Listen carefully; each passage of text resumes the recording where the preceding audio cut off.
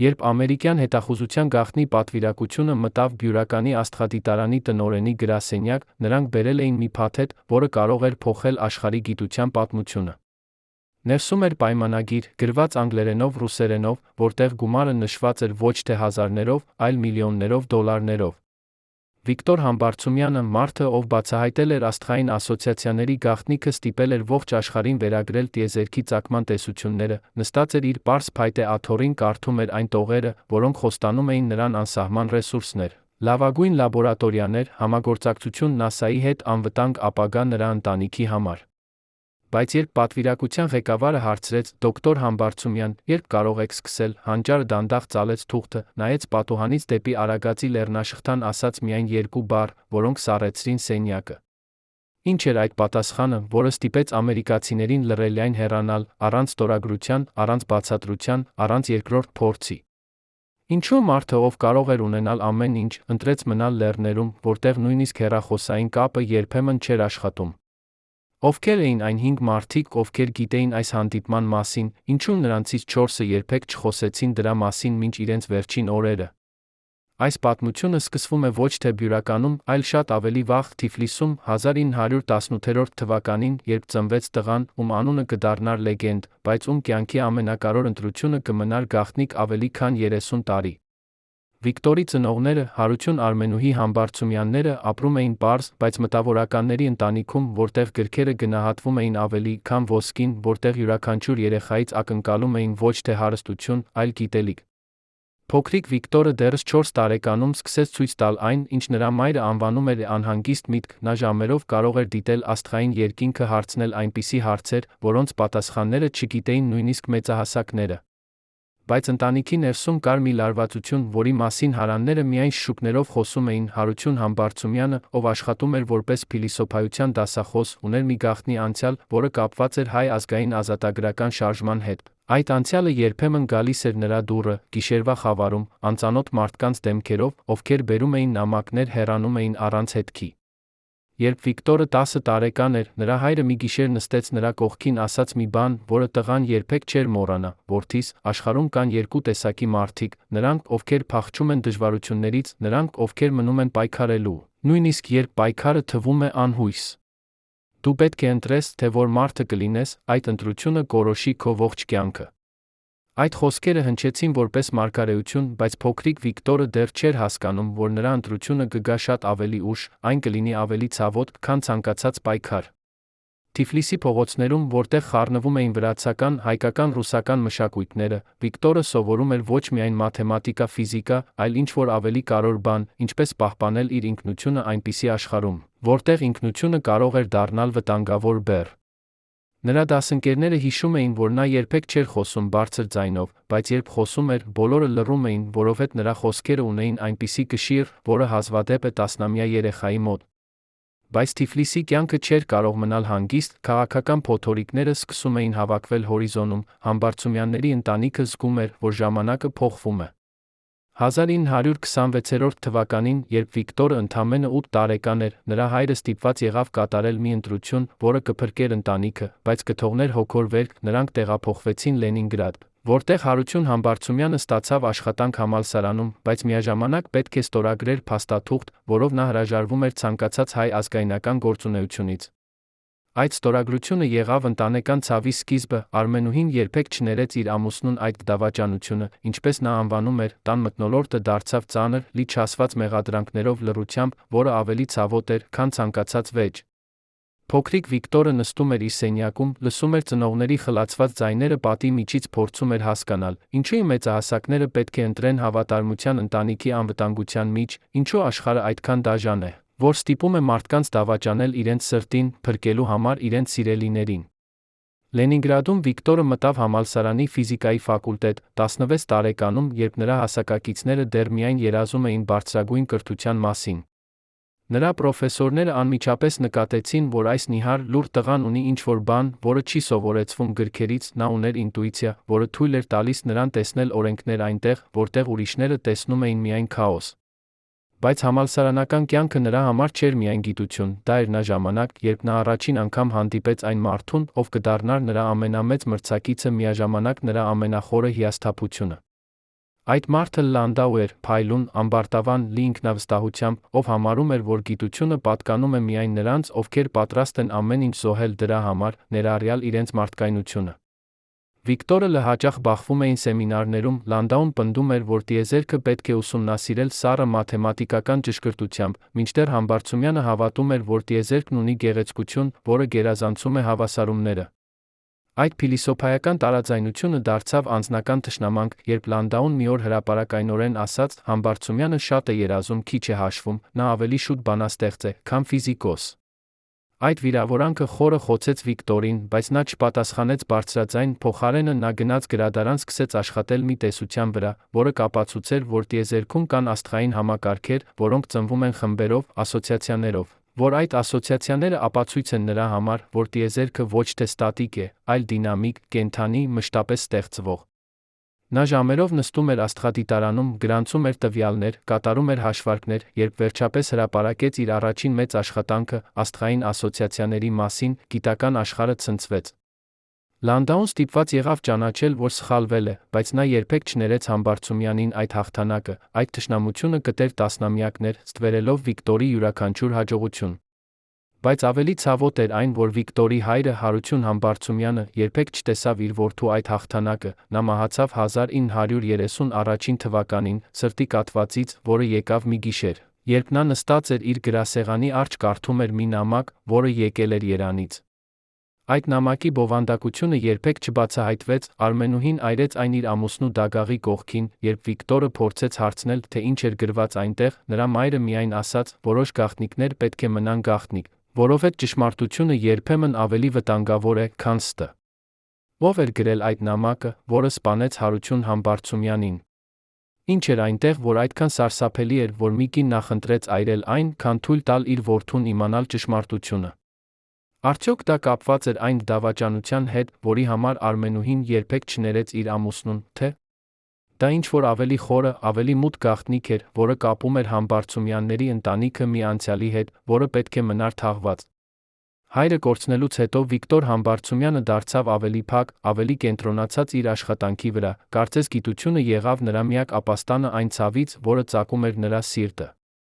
Նա շարունակեց իր հետազոտությունները Լենինգրադի աստղադիտարանում, 1934 թվականին, երբ նա ընդամենը 16 տարեկան էր, նա արդեն ուներ միջազգային ճանաչում, նրա աշխատանքները թարգմանվում էին անգլերենի, գերմաներենի, ֆրանսերենի, արմատյան աստղագետները սկսում էին խոսել Համբարձումյանի մեթոդի մասին, որը հեղափոխեց աստղերի էվոլյուցիայի ուսումնասիրությունը։ Բայց նրա անձնական կյանքը մնում էր դատարկ, նա ապրում էր փոքրիկ սենյակում, որը կիսում էր երկու այլ ուսանողների հետ, սնվում էր հացով թեյով, նրա միակ շքեղությունը հին հեռադիտակն էր, որը նա գնել էր երկրորդական շուկայից, որով նա դիտում էր երկինքը յուրաքանչյուր պարզ գիշեր։ Նրա մայրը Արմենուհին մնացել էր Թիֆլիսում, ապրում էր իր քրոջ մոտ, նրանք շատ հազվադեպ էին տեսնվում, Վիկտորը չուներ գումար ճանապարհորդության համար, Արմենուհին չէր ուզում գալ Լենինգրադ, որտեղ յուրաքանչյուր անկյուն հիշեցնում էր նրան իր ամուսնուը դավաճանության մասին։ Բայց 1936 թվականին Վիկտորի կյանքում մտավ մի կին, ով փոխեց ամեն ինչ։ Նրա անունը Վերա Ֆեդորովնա Հազարովա էր, նա աշխատում էր որպես մաթեմատիկայի ասիստենտ համալսարանում։ Վերան էր հակառակը Վիկտորին, նա էր բարձրաձայն ծիծաղկոտ, լի կյանքով, երբ նա առաջին անգամ մտավ աստղադիտարան, տեսավ այդ լուռ, խորհրդավոր տղային, ով նստած էր հեռադիտակի առջ գրում էր ինչ-որ բան իր նոթատետրում, նա զգաց ինչ-որ բան, որը նա չէր զգացել երբեք, ցանկություն պաշտպանել այդ մարդուն, ով թվում էր այդքան խոցելի, թե նա էր մեկը ամենափայլուն միտքերից իր սերնդում։ Նրանց ռոմանը սկսվեց դանդաղ, գրեթե անտեսանելի, Վերան սկսեց բերել նրան թեյ, երբ նա աշխատում էր ուշ գիշերները, նրանք սկսեցին խոսել ոչ միայն գիտության, այլ կյանքի, երազանքների, վախերի մասին։ Վիկտորը նրան պատմեց իր հոր մասին, այն նամակի մասին, որը այրվել էր, Վերան լսեց առանց դատելու, առանց խորհուրդներ տալու, պարզապես լսեց, այդ լսելը եղավ ամենամեծ նվերը, որը Վիկտորը երբեք ստացել էր։ 1937 թվականին նրանք ամուսնացան, պարզ, համեստ հարսանիքով, որտեղ ներկա էին միայն մի քանի ընկերներ Վերայի ծնողները, ովքեր նայում էին այդ տարօրինակ զույգին, հայ հանճարին ռուս մաթեմատիկոսին, փորձում էին հասկանալ, թե ինչպես կարող է աշխատել այդ ամուսնությունը այնպիսի ժամանակներում, երբ խառը ամուսնությունները դիտվում էին կասկածանքով։ Բայց Վիկտորին Վերային չէր հետաքրքրում, թե ինչ են մտածում ուրիշները, նրանք ունեին միմյանց, դա բավական էր։ Նրանք տեղափոխվեցին փոքրիկ բնակարան, որը գտնվում էր քաղաքի ծայրամասում, այնտեղ Վիկտորը շարունակեց իր աշխատանքը, մինչդեռ Վերան դասավանդում էր խնամում էր տունը։ Բայց նրանց երջանկությունը չտեց երկար, 1938 թվականին սկսվեցին մեծ ստումները, Լենինգրադը դարձավ վախի քաղաք, որտեղ մարդիկ անհետանում էին գիշերվա մեջ, ոչ ոք չգիտեր, թե ով կլինի հաջորդը։ Վիկտոր Համբարձումյանը, որպես հայ, որպես մտավորական էր կրկնակի վտանգի տակ, Վերան սկսեց վախենալ յուրաքանչյուր անգամ, երբ լսում էր քայլեր աստիճաններում, վախենալ, որ դա կլինեն նրանք, գաղտնի ոստիկանությունը, որը կգա տանել նրա ամուսնուն։ Բայց Վիկտորը հրաժարվեց վախենալ, նա շարունակեց աշխատել, շարունակեց հրապարակել, երբ նրա գործընկերները խորհուրդ էին տալիս նրան ավելի զգույշ լինել, ավելի քիչ խոսել, նա պատասխանում էր. «Եթե ես դադարեցնեմ խոսել ճշմարտությունը, ապա ես դադարեցնում եմ լինել գիտնական, եթե ես դադարեցնում եմ լինել գիտնական, ապա ինչու ապրել»։ Այդ համարձակությունը հիանալի էր, բայց նա ինքնասպան, Վերան գիտեր դա։ Նա սկսեց փնտրել ելք 1939 թվականին, երբ Երկրորդ համաշխարհային պատերազմի ամպերը սկսեցին հավաքվել, նա գտավ այդ ելքը։ Երանի պետական համալսարանը հրավիրում էր Վիկտոր Համբարձումյանին ստեղծելու աստղաֆիզիկայի առաջին ամբիոնը Հայաստանում։ Դա էր փրկություն, բայց նա հրաժարում, Լենինգրադը էր գիտության կենտրոնը, Երանը էր ծայրամաս, հեռու, մոռացված, Վիկտորի գործընկերները ասում էին նրան, որ եթե նա գնա այնտեղ, նա կկորցնի իր միջազգային կապերը, իր հեղինակությունը, իր ապագան։ Բայց Վերան պնդեց, Վիկտորը, ով երբեք չէր կարողացել մերժել իր կնոջը, համաձայնվեց։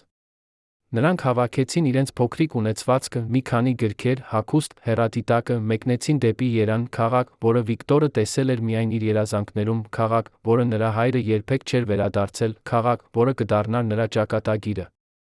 Բայց երբ նրանք ժամանեցին Երան, 1940 թվականի գարնանը, նրանք գտան ոչ թե փրկություն, այլ քաոս, պատերազմը սկսվել էր, քաղաքը լի էր փախստականներով, համալսարանը գործում էր կես ուժով, Վիկտորին տրված խոստումները, լաբորատորիա, սարքավորումներ, ասիստենտներ, բոլորը եղան դատարկ խոսքեր։ Ինչպես կարող էր մի մարդ, ով կորցրել էր ամեն ինչ, իր հայրը, իր հայրենիքը, իր անվտանգությունը, շարունակել հավատալ, որ գիտությունը կարող է փրկել աշխարհը։ Ինչ էր այն ուժը, որը պահում էր Վիկտոր Համբարձումյանին, երբ շուրջը ամեն ինչ փլվում էր, ինչպես այդ ուժը կապված էր այն գաղտնի նամակի հետ, որը սպանել էր նրա հորը։ Երանը պատերազմի տարիներին էր քաղաք, որը ապրում էր երկու իրականությունների մեջ, մի կողմից էր սովը, վախը, անորոշությունը, մյուս կողմից էր անսասան հույսը, որ այս ամենը կանցնի, կյանքը կվերադառնա նորմալության։ Վիկտոր Համբարձումյանը Վերան բնակվեցին փոքրիկ տանը, որը համալսարանը տրամադրել էր նրանց, այնտեղ, առանց էլեկտրականության երեկոները, առանց ջեռուցման ձմռանը, Վիկտորը շարունակեց իր աշխատանքը, նա գրում էր ջահով լույսի տակ, հաշվարկներ էր կատարում գլխիվայր, երբ Վերան հարցնում էր նրան. «Ինչու, Վիկտոր, ինչու դու չես դադարում, երբ ամեն ինչ այդքան անհույս է», նա պատասխանում էր, որովհետև եթե ես դադարեցնեմ, ապա նրանք հաղթել են քաոսը, անտարբերությունը, մութը։ Ես չեմ կարող թույլ տալ դա։ Նրա ուսանողները, ովքեր եկել էին ուսումնասիրելու աստղաֆիզիկա, հիշում էին, որ Համբարձումյանը երբեք չէր բողոքում, երբեք չէր ասում, որ դժվար է, նա պարզապես դասավանդում էր, ոգեշնչում էր։ Նրա դասախոսությունները դառնում էին ապաստան այն երիտասարդների համար, ովքեր փնտրում էին իմաստ այդ անիմաստ աշխարհում։ Բայց 1942 թվականին Վիկտորի կյանքում տեղի ունեցավ մի իրադարձություն, որը փոխեց ամեն ինչ։ Նա ստացավ նամակ Մոսկվայից, Գիտությունների ակադեմիայից, որտեղ նրան հրավիրում էին մասնակցելու գաղտնի նախագծի, որը կապված էր ռադիոլոկացիայի աստղագիտության մեջ։ Նամակը ստորագրված էր մի անունով, որը Վիկտորը ճանաչեց անմիջապես, Լանդաու, նրա հին մրցակիցը, ով այժմ դարձել էր մեկը ամենահզոր մարդկանցից խորհրդային գիտության մեջ։ Վիկտորը կարդաց նամակը մի քանի անգամ, փորձելով հասկանալ, ինչու Լանդաուն, ով երբեք չէր սիրել նրան, այժմ հրավիրում էր նրան այդպիսի կարևոր նախագծի, նա զգաց անհանգստություն, որը նա չէր կարող բացատրել։ Վերան, երբ նա պատմեց նրան այդ մասին, անմիջապես ասաց. «Մի գնա, Վիկտոր, դա որոգայթ է, Լանդաուն երբեք չի ներել քեզ, նա փորձում է քեզ ներգրավել ինչ-որ բանի մեջ, որը կարող է վնասել քեզ»։ Բայց Վիկտորը չէր կարող մերժել, գիտական հետաքրքրասիրությունը ավելի ուժեղ էր, քան նրա զգուշությունը, նա գնաց Մոսկվա։ Այնտեղ, Գիտությունների ակադեմիայի գաղտնի լաբորատորիայում, Վիկտորը հանդիպեց Լանդաուին, այն, ինչը նրան ասաց, ծառեցրեց նրա արյունը. «Համբարձումյան, մենք աշխատում ենք մի նախագծի վրա, որը կարող է փոխել պատերազմի ելքը։ Մենք փորձում ենք օգտագործել աստղագիտական տվյալները, կանխատեսելու թշնամու ռադիոհաղորդակցությունը, մենք կարիք ունենք քո փորձի»։ Բայց դու պետք է իմանաս, այս աշխատանքը գաղտնի է, եթե դու ընդունես, դու չես կարող խոսել դրա մասին ոչ ոքի հետ, նույնիսկ քո կնոջ հետ։ Վիկտորը նայեց Լանդաուին, տեսավ նրա աչքերում ինչ-որ բան, որը նա չէր սպասում տեսնել՝ վախ։ Լ վախենում էր, այդ վախը ասում էր Վիկտորին, որ այս նախագիծը ավելին էր, քան պարզապես գիտական հետազոտություն, դա էր ինչ-որ բան, որը կարող էր ունենալ սարսափելի հետևանքներ։ Բայց Վիկտորը համաձայնվեց, ոչ թե որովհետև նա ուզում էր օգնել պատերազմում, այլ որովհետև նա ուզում էր իմանալ, ինչ էր այդ նախագիծը, ինչու Լանդաուն այդքան վախենում էր։ Հաջորդ 6 ամիսները Վիկտորը անցկացրեց Մոսկվայում, աշխատելով լաբորատորիայում, որտեղ նա մի խումբ այլ գիտնականներ փորձում էին ստեղծել մի համակարգ, որը կարող էր վերլուծել ռադիոազդանշանները, կանխատեսել նրանց ծագումը, օգտագործելով աստղագիտական տվյալներ։ Աշխատանքը էր ինտենսիվ, սթրեսային, Վիկտորը տեսավ, թե ինչպես գիտությունը, որը նա սիրում էր, դառնում էր գործիք պատերազմի համար, դա ցավեցնում էր նրան։ Բայց ավելի ցավոտ էր այն, որ նա չէր կարող պատմել Վերային, չէր կարող բաժանել նրա հետ իր կասկածները, իր վախերը, այդ գաղտնիությունը սկսեց քայքայել նրանց ամուսնությունը։ Երբ Վիկտորը վերադարձավ Երան 1943 թվականի աշնանը, Վերան անմիջապես զգաց, որ ինչ-որ բան փոխվել է, նրա ամուսինը դարձել էր ավելի փակ, ավելի հեռավոր, երբ նա փորձեց հարցնել, թե ինչ է պատահել Մոսկվայում։ Վիկտորը միայն ասաց. «Ես չեմ կարող խոսել դրա մասին», այդ պատասխանը եղավ պատ նրանց միջ։ Բայց պատերազմը վերջացավ, Վիկտոր Համբարձումյանը վերադարձավ իր իսկական սիրո՝ աստղագիտությանը։ 1946 թվականին նա հիմնադրեց Բյուրականի աստղադիտարանը, Լեռների վրա, հեռու քաղաքից, հեռու քաղաքականությունից, հեռու այն ամենից, որը փորձել էր կոտրել նրան։ Բյուրականը դարձավ նրա երազանքի իրականացում, տեղ, որտեղ նա կարող էր ուսումնասիրել տիեզերքը առանց միջամտության, առանց վախի, նրա աշխատանքը այնտեղ բերեց նրան համաշխարհային ճանաչում։ Նա ստացավ մրցանակներ, պատվավոր կոչումներ, նրա անունը դարձավ լեգենդ ոչ միայն Հայաստանում, այլ ամբողջ աշխարհում։ Բայց 1958 թվականին, երբ Վիկտորը գագաթնակետում էր իր կարիերայի, նա ստացավ այցելություն, որը փոխեց ամեն ինչ։ 3 մարդ եկան Բյուրական, նրանք չներկայացան, չասացին, թե որտեղից են, բայց Վիկտորը գիտեր, որ նրանք ամերիկացիներ են, նրանց հագուստը, նրանց վարքագիծը, նրանց վստահությունը ասում էին դա։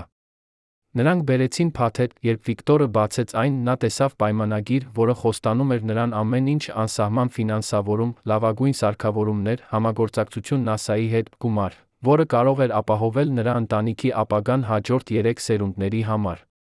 Բայց կար մի պայման, նա պետք է տեղափոխվեր Ամերիկա աշխատեր նրանց համար։ Վիկտորը կարդաց պայմանագիրը, երբ նա հասավ վերջին էջին, նա տեսավ մի անուն, որը ստիպեց նրան սառչել՝ Լանդաու։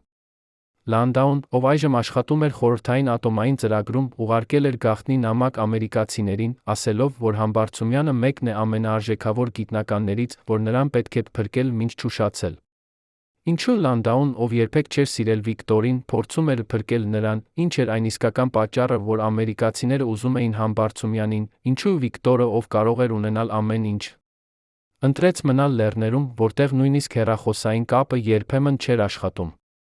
Երբ ամերիկյան պատվիրակությունը հեռացավ Բյուրականից, թողնելով իրենց փաթեթը Վիկտոր Համբարձումյանի գրասեղանին, աստղադիտարանի անձնակազմը նկատեց ինչ-որ տարօրինակ բան։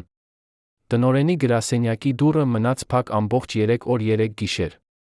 Ներսից լսվում էր միայն քայլերի ձայնը, Վիկտորը քայլում էր առաջ ու հետ, կարծես փորձելով լուծել մի հավասարում, որը չուներ լուծում։ Նրա քարտուղարուհին Մարիամ Սարգսյանը, ով աշխատել էր նրա հետ 15 տարի, հետո կպատմեր իր թոռներին. «Ես երբեք չէի տեսել պարոն Համբարձումյանին այդպես խռովված։ Նա չէր ուտում, չէր խմում, երբ ես մի անգամ համարձակվեցի թակել դուռը հարցնել, արդյոք ամեն ինչ լավ է, նա բացեց դուռը միայն մի ճեղքով, ես տեսա նրա աչքերը, դրանք կարմիր էին, ոչ թե արցունքից, այլ անկնությունից, նրա ձեռքում էր այն պայմանագիրը, որը նա ծալել բացել էր այնքան անգամ, որ թուղթը սկսել էր պատռվել ծալքերի վրա»։ Բայց ամենատարօրինակը չէր Վիկտորի վարքագիծը, այլ այն, որ երրորդ գիշերը, երբ ամբողջ աստղադիտարանը քնած էր, պահակը տեսավ, թե ինչպես տնօրենի գրասենյակից դուրս եկավ մի կին, ոչ թե Վերա Ֆեդորովնան, նրա կինը, այլ ուրիշ ոմն, ով ծածկված էր շարֆով, ով անհետացավ խավարի մեջ, նախքան պահակը կարողանար տեսնել նրա դեմքը։ Ո՞վ էր այդ կինը, ով այցելեց Վիկտոր Համբարձումյանին գիշերվա մեջ, երբ նա պետք է կայացներ իր կյանքի ամենակարևոր որոշումը, ինչ էր նա ասել նրան, որ 4-րդ առավոտյան Վիկտորը դուրս եկավ իր գրասենյակից, պահելով այն պայմանագիրը, որը նա պատռել էր կիսով, նետեց այն աղբամանը, առանց մի խոսքի, առանց բացատրության։ Մարիամ Սարգսյանը, ով չէր կարողանում զսպել իր հետաքրքրասիրությունը, սպասեց, մինչ Վիկտորը հեռացավ, հետո նա մտավ գրասենյակ, հանեց այդ պատռված պայմանագիրը աղբամանից։ Նա փորձեց կարդալ այն, բայց անգլերենը նրա համար էր դժվար, նա կարողացավ հասկանալ միայն մի քանի բառեր՝ միլիոն, NASA, անվտանգություն, ընտանիք։ Բայց ամենաէական բանը, որ նա նկատեց, եղավ ձեռագիր նշումը, որը Վիկտորը գրել էր պայմանագրի եզրին, հայրս ասաց, կան երկու տեսակի մարդիկ։ Ես ընտրել եմ։ Այդ նշումը եղավ միակ բացատրությունը, որ Վիկտորը երբե տվեց իր որոշման համար, երբ Մարիամը փորձեց հարցնել նրան, թե ինչ նշանակում է դա, նա միայն նայեց նրան, ասաց, որոշ ընտրություններ չեն կարող բացատրվել բառերով, Մարիամ ջան, դրանք կարող են միայն ապրվել։ Բայց աստղադիտարանի անձնակազմի մեջ սկսեցին տարածվել լուրեր, ոմանք ասում էին, որ Վիկտորը մերժել է ամերիկյան առաջարկը, որովհետև նա վախենում էր, որ խորհրդային իշխանությունները կհետապնդեն նրա ընտանիքը, ուրիշներն ասում էին, որ նա պարզապես չէր ուզում լքել Հայաստանը, բայց ամենաանհավատալին լուրը եկավ մի աղբյուրից, որը պնդում էր, որ Վիկտորը մերժել է, որովհետև նա գիտեր մի գաղտնիք, որը կապված էր նրա հոր մահվան հետ, որ այդ գաղտնիքը կարող էր վտանգել ոչ միայն նրան, այլ ամբողջ Հայաստանը։ Ինչպիսի գաղտնիք կարող էր լինել այդքան սարսափելի, որ մի մարդ կընտրեր աղքատություն մեկուսացում միլիոնների համաշխարհային փառքի փոխարեն, ինչպես այդ գաղտնիքը կապված էր այն խորհրդավոր կնոջ հետ, ով այցելել էր նրան գիշերվա մեջ։ Արդյոք Վիկտոր Համբարձումյանը զոհ էր դարձել շանտաժի, թե նա պաշտպանում էր ինչ-որ մեկին, ում նա սիրում էր ավելի, քան իր սեփական երազանքները։ 1962 թվականի ձմեռը Բյուրականում եղավ ամենասառը վերջին 20 տարիների ընթացքում։ Ձյունը ծածկեց լեռները այնպես, որ աստղադիտարանը դարձավ կղզի, կտրված արտաքին աշխարհից, Վիկտոր Համբարձումյանը օգտագործեց այդ մեկուսացումը, խորանալու իր ամենահամարձակ տեսության մեջ, որը նա անվանում էր աստղային միջուկների տեսություն։ Բայց նրա ուսանողները նկատեցին, որ ինչ-որ բան փոխվել է նրանց ուսուցչի մեջ, նա դարձել էր ավելի պահանջկոտ, ավելի անհանդուրժող սխալների նկատմամբ, կարծես նա փորձում էր ապացուցել ինչ-որ բան, ոչ թե իր ուսանողներին, այլ իր ինքն իրեն։ Մի երեկո, երբ նրանք աշխատում էին լաբորատորիայում, Վիկտորը հանկարծ դադարեցրեց իր հաշվարկները, դիմեց իր ամենաընդունակ ասպիրանտին, Արամ Սահակյանին, ասաց. Արամ, եթե քեզ առաջարկեին ամեն ինչ, որ դու երբեք երազել ես, փող, փառք, հնարավորություններ, բայց դրա համար դու պետք է լքեիր այն, ինչ դու սիրում ես ամենաշատը, դու կընդունե՞ր։ Արամը, ով չէր սպասում այդպիսի հարցի, մտածեց մի պահ, հետո ասաց. Ես չգիտեմ, պրոֆեսոր, դա կախված է նրանից, թե ինչ է այն, ինչ ես սիրում եմ ամենաշատը։ Վիկտորը ժպտաց, դառն տխուր ժպիտով, ասաց. Ճիշտ պատասխան, Արամ ջան, ճիշտ պատասխան, որովհետև երբեմն մենք չգիտենք, թե ինչ ենք սիրում ամենաշատը, մինչ մենք ստիպված չլինենք ընտրել։ Այդ խոսակցությունը մնաց Արամի հիշողության մեջ տարիներ անց, երբ նա ինքը դարձավ պրոֆեսոր, նա կպատմեր իր ուսանողներին այդ պահի մասին, կասեր. Վիկտոր Համբարձումյանը ոչ միայն սովորեցրեց մեզ աստղաֆիզիկա, նա սովորեցրեց մեզ ինչ-որ ավելի կարևոր բան, ինչպես ապրել այնպիսի կյանքով, որը համապատասխանում է մեր արժեքներին, նույնիսկ երբ այդ կյանքը դժվար է, նույնիսկ երբ այն պահանջում է զոհողություններ, որոնք ուրիշները չեն հասկանա։ Բայց այն, ինչ Արամը չգիտեր, ինչ Վիկտորը երբեք չպատմեց նրան, եղավ այն, որ այդ ձմեռը, երբ նրանք աշխատում էին լաբորատորիայում, Վիկտորը ստանում էր նամակներ, որոնք գալիս էին ոչ թե Մոսկվայից կամ Լենինգրադից, այլ ավելի հեռվից, ավելի վտանգավոր վայրերից։ Այդ նամակները բերում էր մի մարդ, ով գալիս էր միշտ գիշերվա մեջ, ով երբեք չմնում էր ավելի, քան մի րոպե։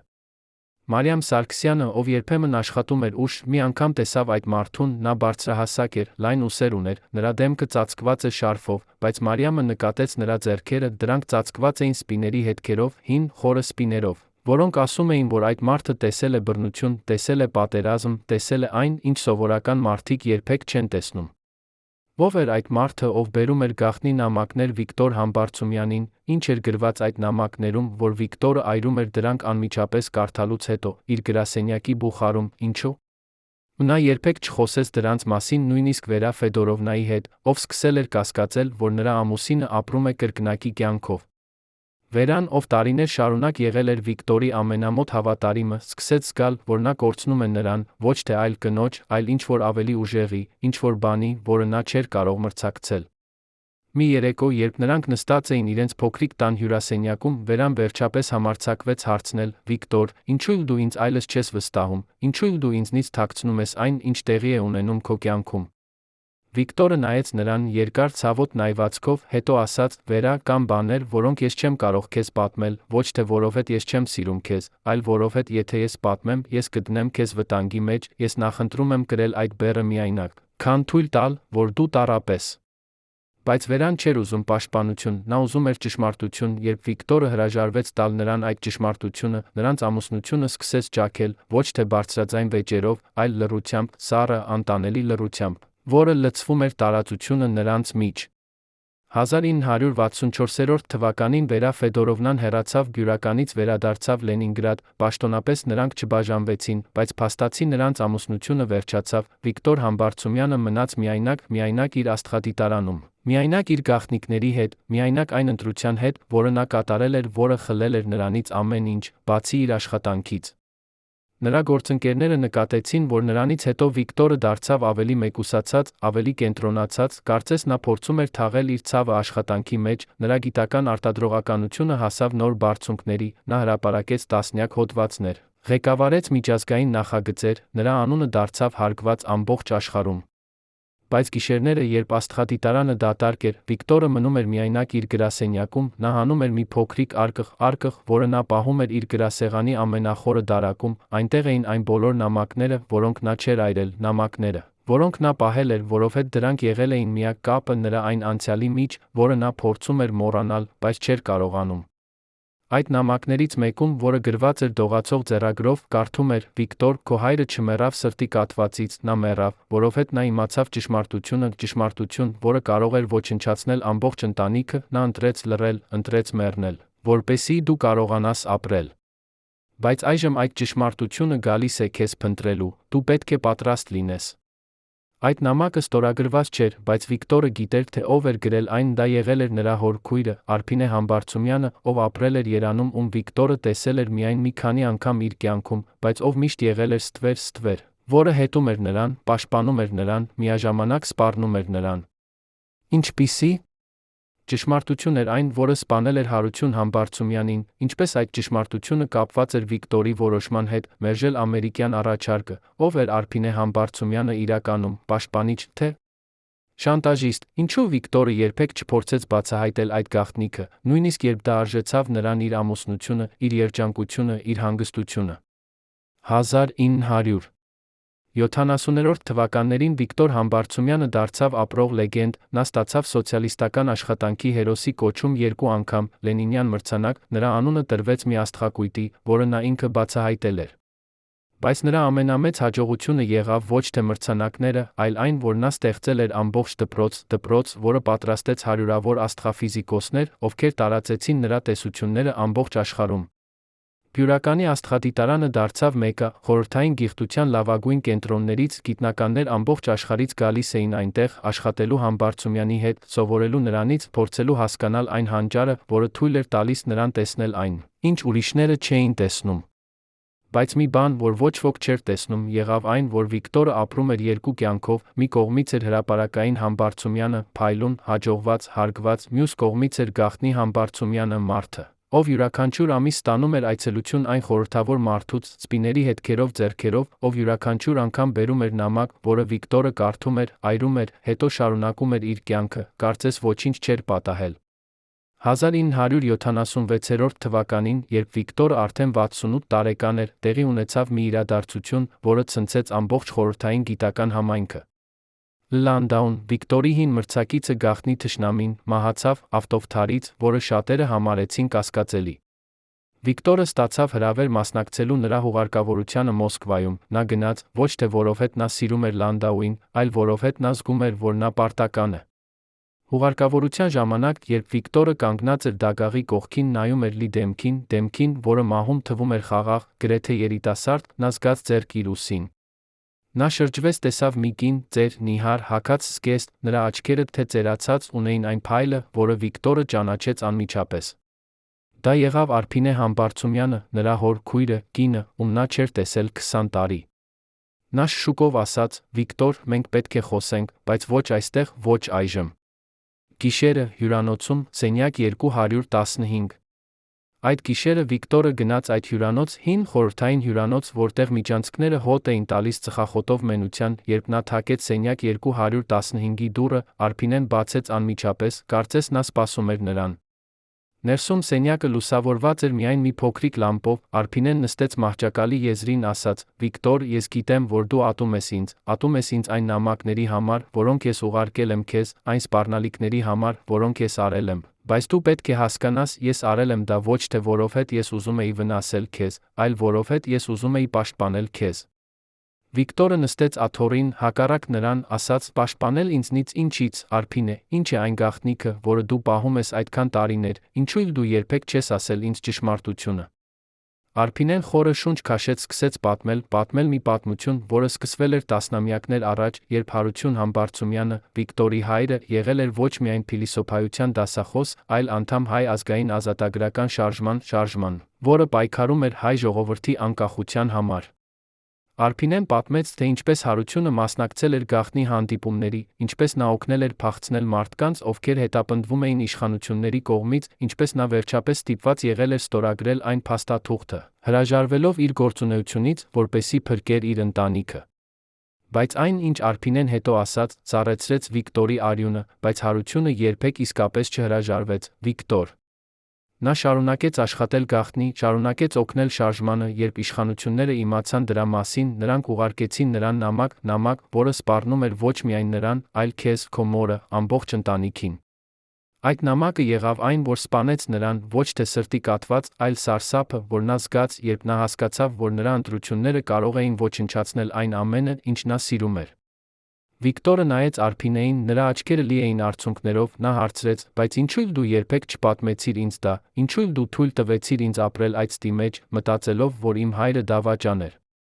Արփինեն սրբեց իր արցունքները, ասաց. «Որովհետև Հարությունը խնդրեց ինձ երբեք չպատմել քեզ, նա ուզում էր, որ դու ապրես առանց այդ բեռի, առանց այդ վախի, որը նա կրեց իր ողջ կյանքը։ Բայց երբ ես տեսա, որ ամերիկացիները եկան քեզ մոտ, երբ ես իմացա, որ նրանք առաջարկում են քեզ հեռանալ, ես վախեցա, որ եթե դու գնաս, նրանք կգտնեն քեզ, կգտնեն այն գաղտնիքը, որը քո հայրը պահպանել է, կօգտագործեն այն քեզ դեմ։ Այդ պատճառով ես ուղարկեցի քեզ այդ նամակները, այդ պատճառով ես ստիպեցի քեզ մնալ, այդ պատճառով ես ոչնչացրի քո ամուսնությունը, քո երջանկությունը, ես գիտեմ, որ դու երբեք չես ների ինձ դրա համար»։ Վիկտորը նստեց լռությամբ, երկար ցավոտ լռությամբ, հետո նա ասաց. «Արփինե, ես չեմ ատում քեզ, ես ատում եմ այն աշխարհը, որը ստիպեց իմ հորը ընտրել իր ընտանիքի իր համոզմունքների միջ, այն աշխարհը, որը ստիպեց քեզ դառնալ շանտաժիստ, պաշտպանելու համար ինձ, այն աշխարհը, որը ստիպեց ինձ մերժել իմ երազանքները, պաշտպանելու համար մի գաղտնիք, որի մասին ես նույնիսկ չգիտեի»։ Նրանք նստեցին այնտեղ, այդ մութ, սառը սենյակում, Արփինեն վերջապես ասաց. «Վիկտոր Լանդաուն մեռավ, նրա հետ մեռավ վերջին մարդը, ով գիտեր ամբողջ ճշմարտությունը։ Այժմ դու ազատ ես, ազատ ապրելու այնպես, ինչպես դու ուզում ես, ազատ մոռանալու այս ամենը»։ Բայց Վիկտորը գիտեր, որ նա երբեք չէր լինի ազատ, որովհետև ազատությունը չի գալիս մոռացությունից, այլ ընդունելությունից, նա դեռ չէր պատրաստ ընդունել այն, ինչ նրա հայրը արել էր, այն, ինչ Արփինեն արել էր, այն, ինչ նա ինքը արել էր։ Նա վերադարձավ բյուրական, ավելի ծանր, ավելի հոգնած, բայց նա ավելի որոշված շարունակել իր աշխատանքը, շարունակել իր կյանքը, ապացուցել, որ նրա հոր զոհողությունը, Արփինեի շանտաժը, նրա սեփական ընտրությունը չեն եղել զուր։ Բայց մի հարց մնաց անպատասխան. ով էր այն մարդը սպիների հետքերով ձեռքերով, ով բերում էր այդ նամակները, ինչու նա անհետացավ Արփինեի մահից հետո, արդյոք Վիկտոր Համբարձումյանը երբեք իմացավ ամբողջ ճշմարտությունը, թե նա մնաց ապրել կիսատ պատմության մեջ, պատմության, որը սկսվել էր նրա ծննդից առաջ, որը կշարունակվեր նրա մահից հետո։ Բյուրականի աստղադիտարանի արխիվում, որը գտնվում էր շենքի ամենախավար անկյունում, պահվում էր մի փաթեթ, որի մասին գիտեին միայն 3 մարդ։ Այդ փաթեթը փակ էր կարմիր մոմով, որի վրա դրոշմված էր խորհրդանիշ, որը ոչ ոք չէր կարող ճանաչել, այն պահվում էր երկաթյա տուփում, որի բանալին կախված էր Վիկտոր Համբարձումյանի պարանոցին, շղթայի վրա, որը նա երբեք չէր հանում, նույնիսկ երբ քնում էր։ 1981 թվականի մի գիշեր, երբ ձմեռային փոթորիկը ծածկել էր լեռները, աստղադիտարանը մնացել էր առանց էլեկտրականության, Վիկտորը իջավ արխիվ, ձեռքին ջահ, բացեց այդ տուփը։ Ներսում, փաթեթի կողքին, կար մի նոթատետր, հին մաշված, որի էջերը դեղնել էին ժամանակից, երբ Վիկտորը բացեց այն, նա տեսավ իր հոր ձեռագիր, որը նա ճանաչեց անմիջապես, թե նա չէր տեսել այն 25 տարի։ Առաջին էջում գրված էր. «Եթե դու կարդում ես սա, Վիկտոր, ուրեմն ես արդեն մեռած եմ, ժամանակը եկել է, որ դու իմանաս ճշմարտությունը, ոչ թե այն ճշմարտությունը, որը Արփինեն քեզ պատմեց, այլ իսկական ճշմարտությունը, որը ես թաքցրել եմ նույնիսկ նրանից»։ Վիկտորի ձեռքերը սկսեցին դողալ, երբ նա շրջեց էջը, սկսեց կարդալ այն խոսքերը, որոնք նրա հայրը գրել էր 30 տարի առաջ, խոսքերը, որոնք բացահայտում էին մի գաղտնիք այնքան սարսափելի, որ Վիկտորը զգաց, թե ինչպես սառը քրտինքը ծածկում է նրա ճակատը։ Հարություն Համբարձումյանը գրել էր, որ նա եղել է ոչ միայն Հայ ազգային ազատագրական շարժման անդամ, այլ կրկնակի գործակալ, նա աշխատել էր միաժամանակ շարժման խորհրդային հետախուզության համար, փոխանցելով տեղեկություններ երկու կողմերին, խաղալով վտանգավոր խաղ, որը վերջապես հասավ իր ավարտին, երբ երկու կողմերն էլ սկսեցին կասկածել նրան։ Բայց ամենասարսափելին չէր դա, Հարությունը գրել էր, որ նա արել էր դա ոչ թե դավաճանության համար, այլ որովհետև նա հավատում էր, որ միակ ճանապարհը փրկելու հայ ժողովրդին էր ստեղծել հավասարակշռություն երկու ուժերի մեջ, որ նրա զոհողությունը, նրա կրկնակի կյանքը, եղել էր նրա ձը պայքարելու համակարգի դեմ, որը ուզում էր ոչնչացնել նրա ժողովրդին։ Բայց այն նամակը, որը սպանել էր նրան, եղել էր ոչ թե սպառնալիք իշխանություններից, այլ նամակ իր սեփական ղեկավարից շարժման մեջ, նամակ, որը մեղադրում էր նրան դավաճանության մեջ, պահանջում էր նրանից հաշվետվություն, Հարությունը, ով գիտեր, որ նա չէր կարող ապացուցել իր անմեղությունը առանց բացահայտելու իր կրկնակի դերը, ընտրել էր մեռնել լռությամբ, որպեսզի պաշտպանի իր ընտանիքը, իր իսկական առաքելությունը։ Վիկտորը փակեց նոթատետրը, նստեց հատակին, ջահը դողում էր նրա ձեռքում, նա փորձեց հասկանալ այն, ինչ նա կարդացել էր։ Նրա հայրը չեղել էր դավաճան, բայց նա չեղել էր հերոս այն իմաստով, ինչպես Արփինեն պատմել էր, նա եղել էր ինչ-որ բան ավելի բարդ, ավելի ցավոտ, մարդ, ով փորձել էր ապրել երկու աշխարհներում, ով վերջապես ճզմվել էր այդ երկու աշխարհների մեջ։ Բայց ավելի կարևորը, Վիկտորը հասկացավ, որ այն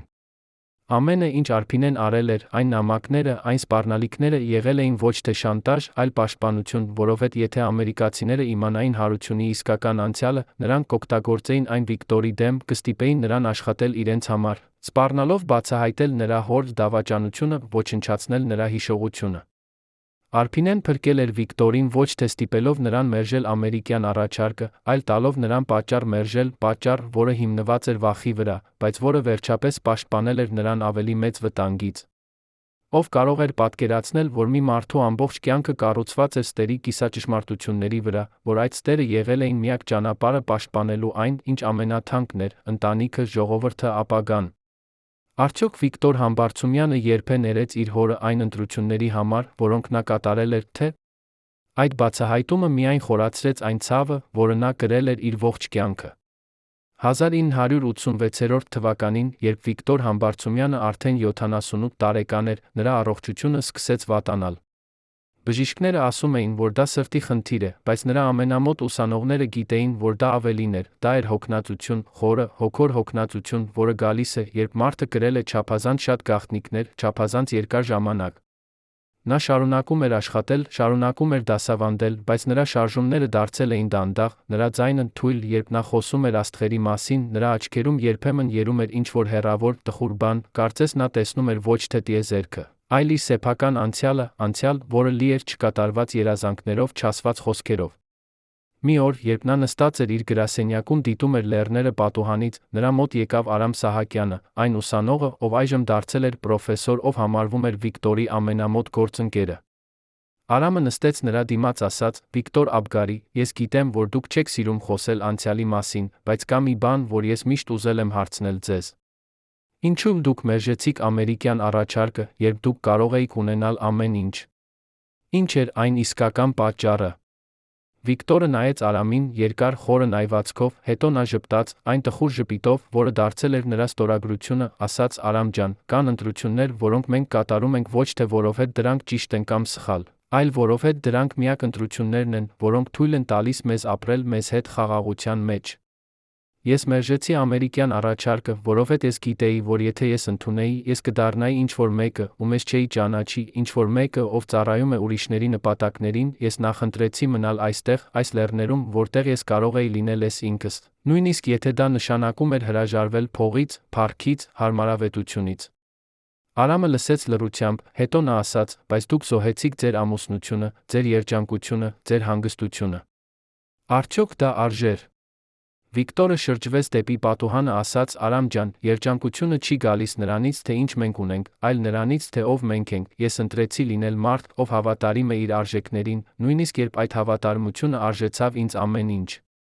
Այդ խոսակցությունից հետո Արամը հասկացավ, որ Վիկտոր Համբարձումյանը երբեք չէր պատմի ամբողջ ճշմարտությունը, երբեք չէր բացահայտի այն իսկական պատճառները, որոնք ստիպել էին նրան կատարել այն ընտրությունները, որոնք նա կատարել էր, որ այդ գաղտնիքները կմնային թաղված նրա հետ։ Բայց մի բան, որ Արամը նկատեց, եղավ այն, որ այդ օրվանից հետո Վիկտորը սկսեց գրել ոչ թե գիտական հոդվածներ, այլ ինչ-որ այլ բան, ինչ-որ բան, որը նա պահում էր իր գրասեղանի դարակում, որը նա երբեք ոչ ոքի չցույց տվեց։ Այդ գրվածքը եղավ Վիկտորի վերջին նախագիծը, ոչ թե գիտական, այլ անձնական, երբ նա մահացավ 1991 թվականին, այդ գրվածքը գտնվեց նրա գրասեղանի վրա, փակ ծրարում, որի վրա գրված էր, բացել միայն Արամ Սահակյանի կողմից, երբ ժամանակը կգա։ Արամը սպասեց 10 տարի, մինչ նա բացեց այդ ծրարը, երբ նա վերջապես բացեց, նա գտավ ոչ թե գիտական տեսություն, այլ նամակ, որը Վիկտորը գրել էր իր ուսանողներին, իր գործընկերներին, բոլոր նրանց, ովքեր սիրել էին նրան, ովքեր փորձել էին հասկանալ նրան։ Այդ նամակում Վիկտորը գրել էր. Ես ապրեցի կյանք, որը լի էր ընտրություններով, որոնցից շատերը ցավոտ էին, շատերը անհասկանալի էին, շատերը, որոնք ես հիմա իմ կյանքի վերջում դեռ չեմ վստահ, թե ճիշտ էին, թե սխալ։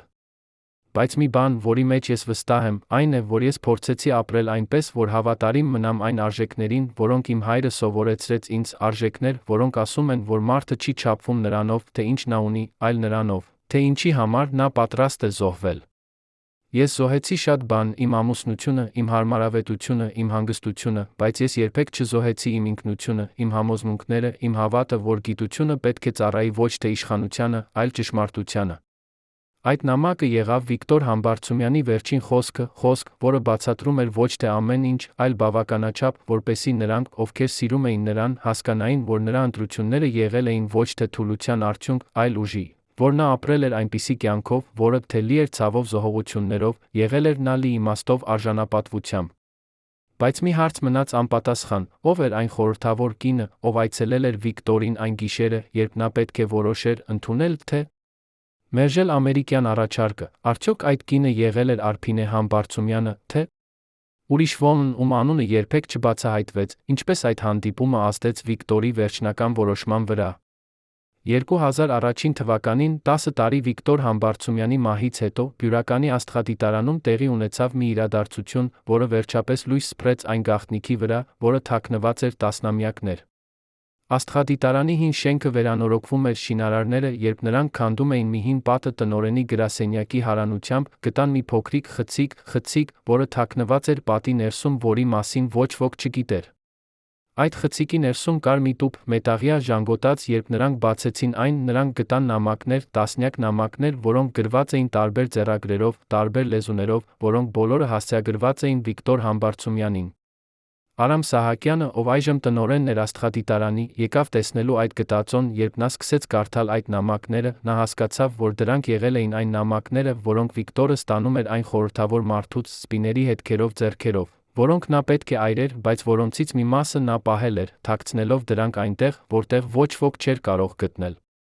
Այդ նամակներից մեկում, որը գրված էր 1958 թվականին, կարդում էր. Վիկտոր, ամերիկացիները գալիս են քեզ մոտ, նրանք կառաջարկեն քեզ ամեն ինչ, բայց դու պետք է իմանաս, նրանք գալիս են ոչ թե որովհետև նրանք սիրում են քեզ կամ հարգում են քո աշխատանքը, այլ որովհետև նրանք ուզում են օգտագործել քեզ իրենց սառը պատերազմում։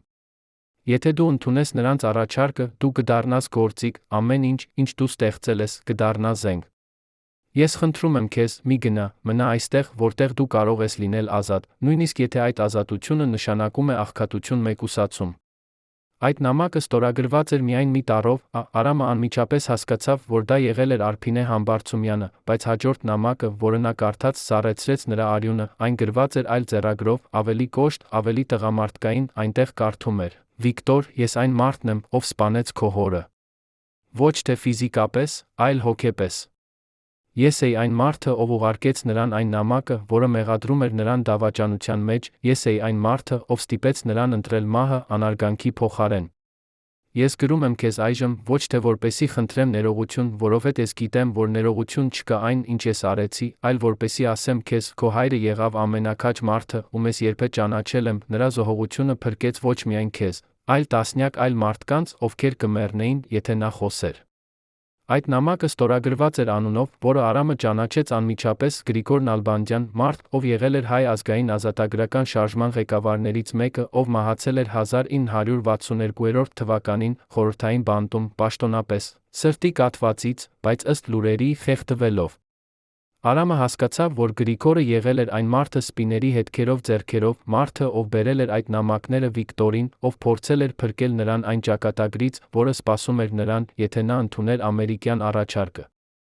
Բայց ամենայականը, ինչ Արամը հասկացավ, եղավ այն, որ Վիկտոր Համբարձումյանը գիտեր ամբողջ ճշմարտությունը, նա գիտեր, որ Գրիգորն էր սպանել նրա հորը, նա գիտեր, որ Արփինեն փորձում էր պաշտպանել նրան, նա գիտեր, որ նրա ընտրությունը, մերժել ամերիկյան առաջարկը, եղել էր ոչ թե վախից, այլ հարգանքից, հարգանք իր հոր զոհողության նկատմամբ, հարգանք այն մարդկանց նկատմամբ, ովքեր զոհել էին իրենց կյանքները, որպեսզի նա կարողանա ապրել ազատ, հարգանք այն արժեքների նկատմամբ, որոնք նրա հայրը սովորեցրել էր նրան։ Արամ Սահակյանը նստեց իր գրասենյակում, այդ նամակները ձեռքին, նա հասկացավ, որ Վիկտոր Համբարձումյանի պատմությունը եղել էր ոչ թե պարզապես մի հանճարի պատմություն, ով մերժել էր փողը, փառքը, այլ ավելի խորը, ավելի ցավոտ պատմություն մարդու մասին, ով ապրել էր իր ողջ կյանքը գաղտնիքների ստվերում, ով կրել էր բեռ, որը ոչ ոք չէր պետք է կրեր, ով, չնայած այդ ամենին, մնացել էր հավատարիմ իր սկզբունքներին, իր արժեքներին, իր ինքնությանը։ Այդ նամակները եղան վերջին կտորը այն գլուխկոտրուկի, որը Վիկտոր Համբարձումյանի կյանքն էր, երբ Արամը վերջապես հասկացավ ամբողջ պատմությունը, նա զգաց միաժամանակ տխրություն, տխրություն այն ցավի համար, որը Վիկտորը կրել էր, հպարտություն այն քաջության համար, որը նա ցուցաբերել էր։ Նա որոշեց, որ այդ նամակները պետք է մնան գաղտնիք, որը կպաշտպանի Վիկտորի հիշողությունը, կթույլ տա նրան մնալ այն լեգենդը, որը նա դարձել էր, առանց այն ցավի բարդության, որը կապված էր նրա իսկական պատմության հետ։ Բայց մի հարց մնաց անպատասխան, հարց, որը Արամը երբեք չկարողացավ լուծել, ով էր այն խորհրդավոր կինը, ով այցելել էր Վիկտորին այն գիշերը, երբ ամերիկյան պատվիրակությունը եկել էր Բյուրական, կինը, ում պահակը տեսել էր, ծածկված շարֆով, ով անհետացել էր խավարի մեջ։ Արդյոք դա եղել էր Արփինե Համբարձումյանը, թե Վերա Ֆեդորովնան, ով եկել էր վերջին անգամ փորձելու փրկել իրենց ամուսնությունը, թե ուրիշ ոմն, ում անունը երբեք չբացահայտվեց, ով տարավ իր հետ այն վերջին գաղտնիքը, որը կարող էր բացատրել Վիկտոր Համբարձումյանի վերջնական որոշումը։ Այդ հարցը մնաց առեղծված, որը, ինչպես Վիկտորի կյանքը, լի է ստվերներով, կիսաճշմարտություններով, այն տեսակի քաջությամբ, որը գալիս է, երբ մարդը ընտրում է ապրել իր սկզբունքներով, նույնիսկ երբ ամբողջ աշխարհը ասում է նրան հրաժարվել։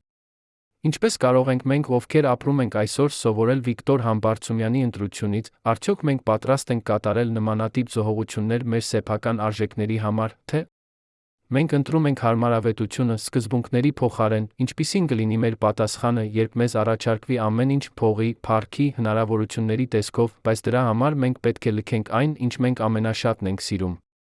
2011 թվականին, երբ Բյուրականի աստղադիտարանը նշում էր իր 60-րդ տարեդարձը, Արամ Սահակյանը ստացավ անսպասելի այցելություն։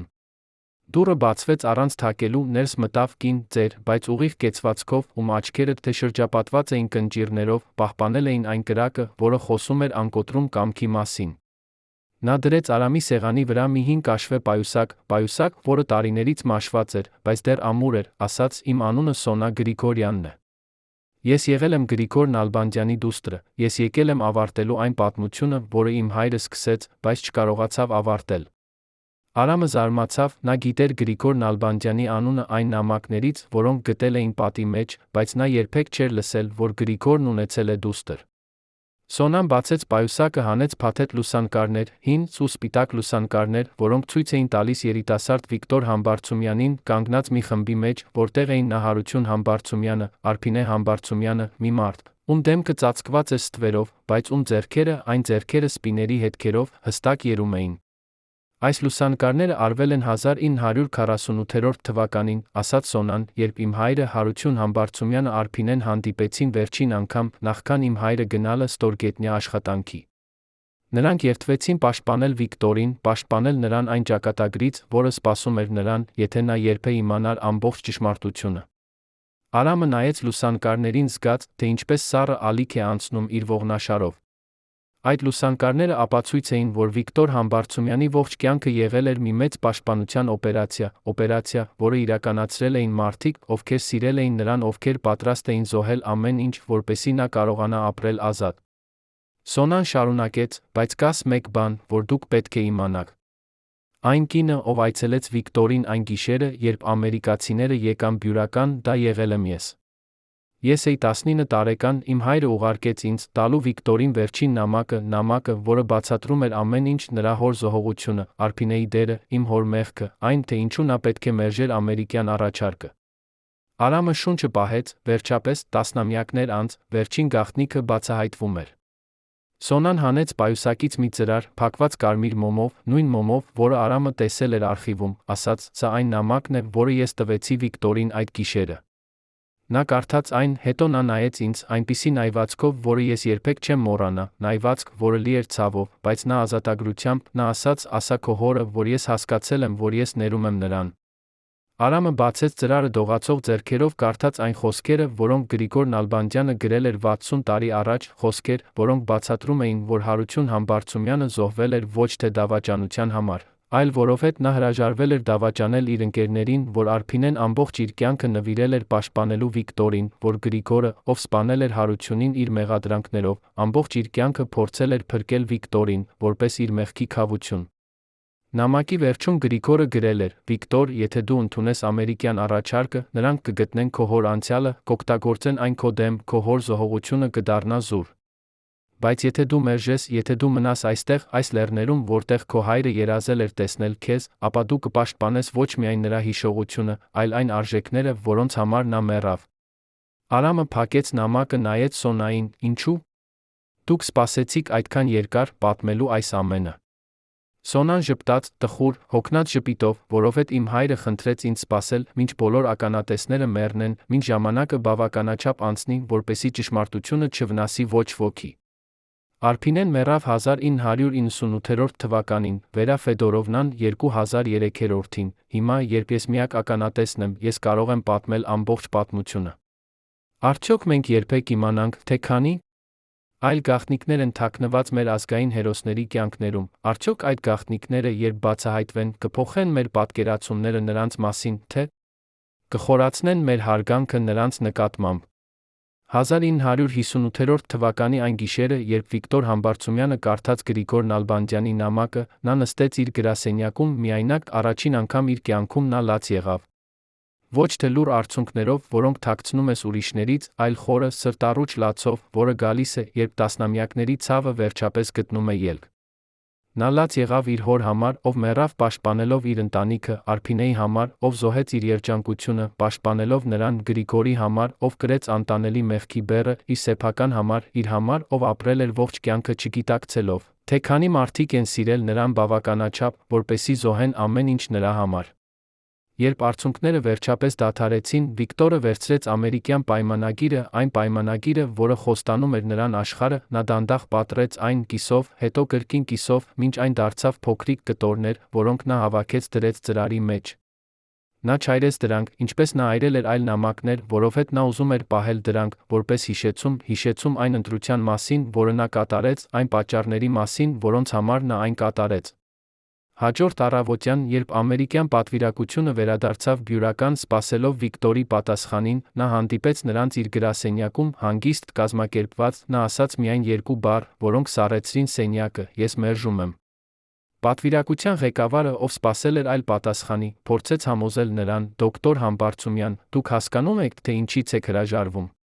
Դուք կարող եք ունենալ ամեն ինչ, լավագույն լաբորատորիաները, անսահման ռեսուրսները, համագործակցությունը աշխարհի լավագույն գիտնականների հետ։ Վիկտորը նայեց նրան, ասաց. Ես հասկանում եմ ճիշտ այն, ինչից եմ հրաժարվում։ Բայց ես նա հասկանում եմ, թե ինչ եմ պահպանում, իմ ինքնությունը, իմ ազատությունը, իմ հավատարմությունը այն արժեքներին, որոնք իմ հայրը սովորեցրեց ինձ։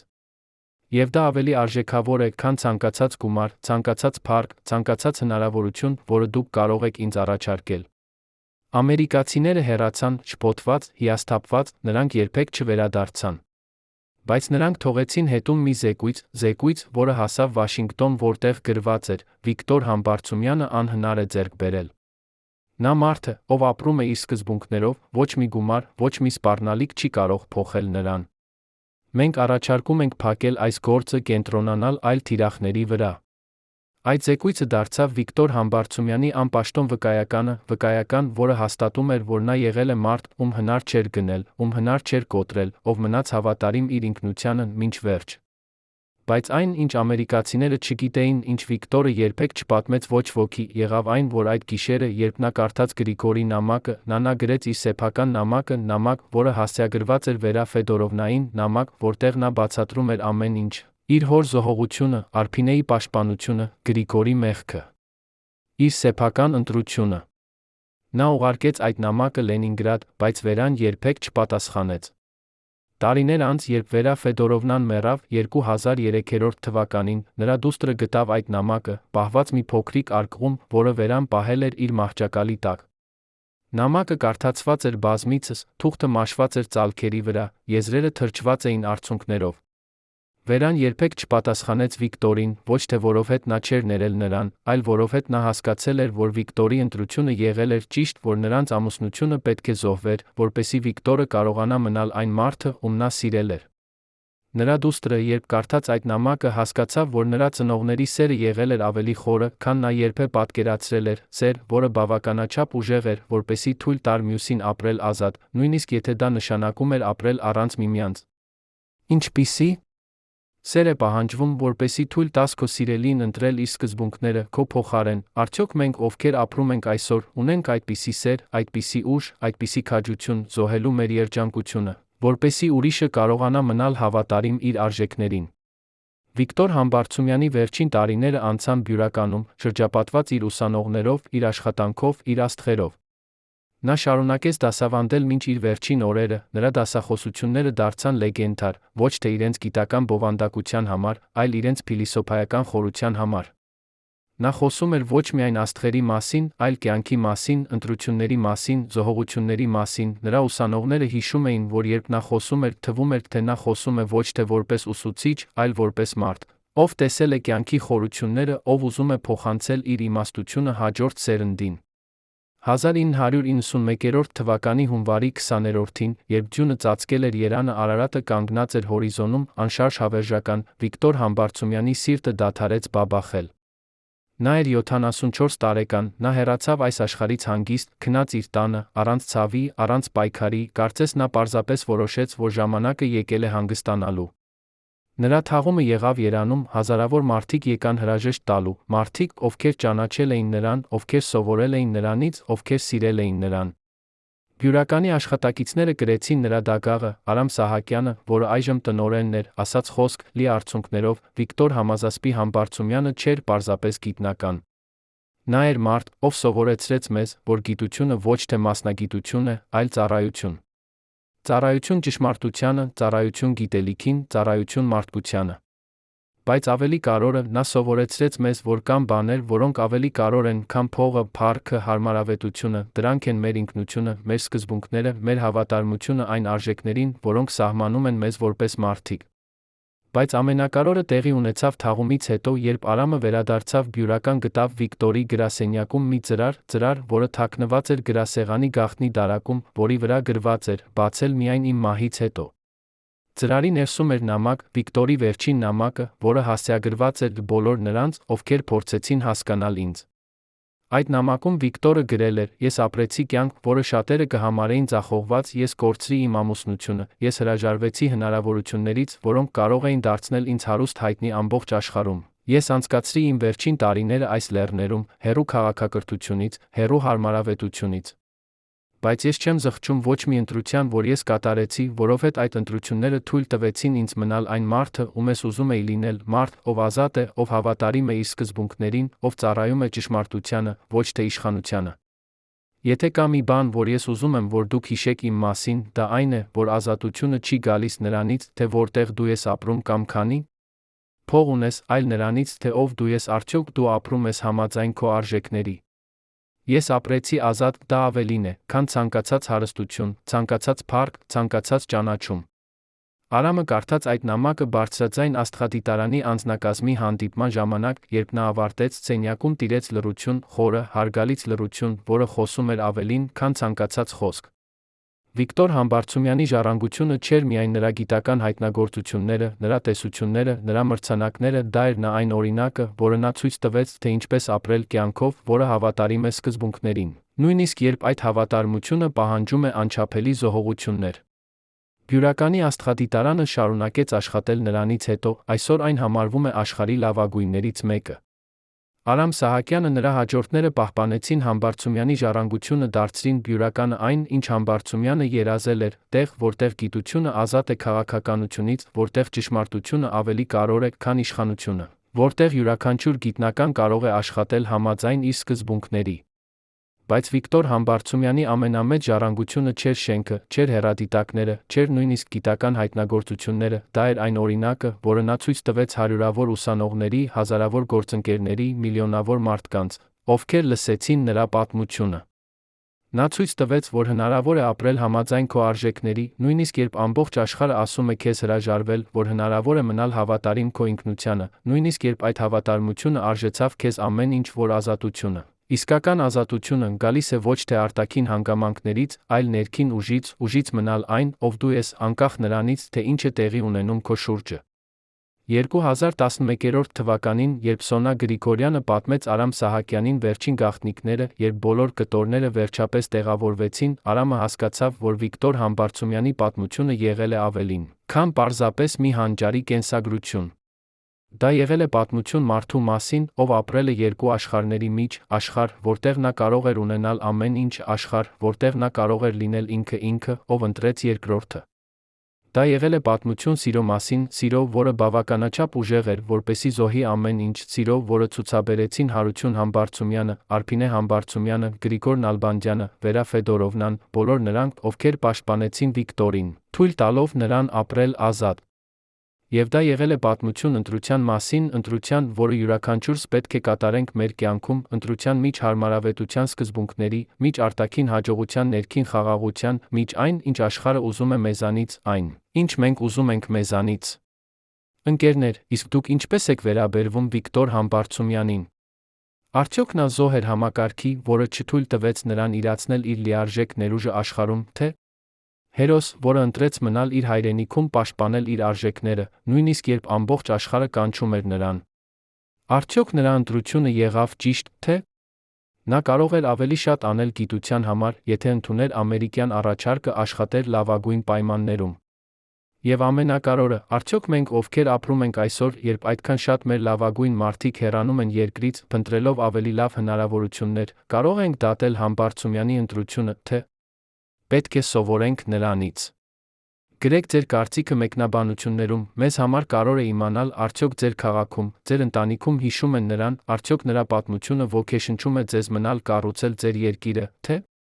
հեռանալ, փնտրել ավելի լավ կյանք։